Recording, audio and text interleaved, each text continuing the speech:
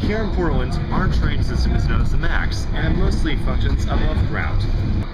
By mostly, I mean, well, mostly. It may look like I'm not in Portland anymore, but believe it or not, I actually am in Portland. I'm at the Washington Park MAX station, and it is Portland, Oregon's only, at least to this date, only underground train station. However, it's actually a lot more interesting than just that. For one, it's actually the deepest train station in North America at 79 meters below the surface. Some stations kind of feel like they could be underground, like Rose Quarter Transit Center here. That's really because they're under a bridge. Washington Park is the only MAX station in all Portland that's actually truly underground. Now this may seem odd given that the MAX is otherwise almost entirely above ground except for a few tunnels here and there.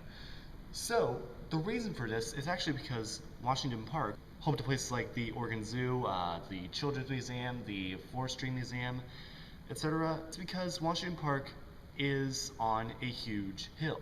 The hill is about 300 meters above sea level. Generally, it kind of varies, but Portland is at an elevation of about 15 meters.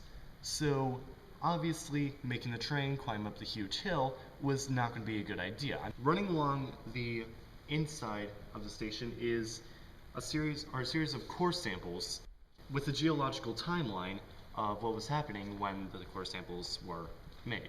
The wall of the station also features interesting decorations such as the Fibonacci sequence, how to tie a knot for some reason, and right here, the value of pi represented in the first several digits. However, only the first 11 or so digits are actually correct.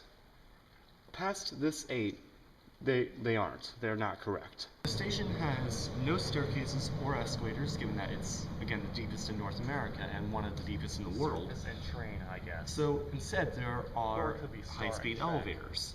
There are 2 elevators, one over there to the World Forestry Center and the Veterans Memorial, and one over there to the Hoyt Arboretum and the zoo. Also check it out, the floors are not marked conventionally. It's marked present for the surface and 16 million years ago for the station.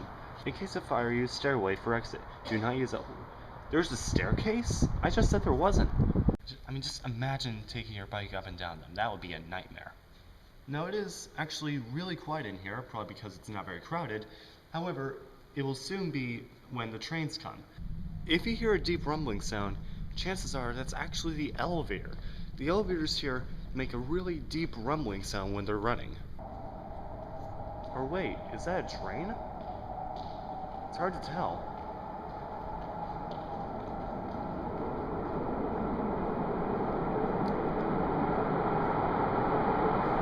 Hold on to your hats, like I am.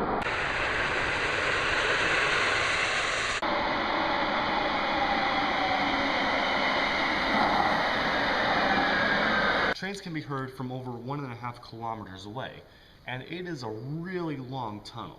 Wow, no sudden gust of air when it came through? That's boring. In fact, this is a roughly 4 or 5 kilometer stretch of tunnel.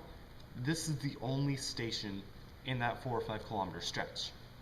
The Washington Park Tunnel is served by both the red line and the blue line, like this one, which I'm now heading on right now.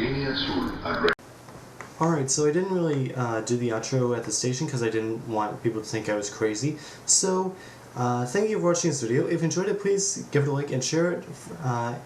And please be sure to subscribe for more next week. Or really, next Wednesday. Speaking of which, I'll see you then. And stay positive, too. Don't forget that. I could really use that space as a workplace, too. That place is so quiet.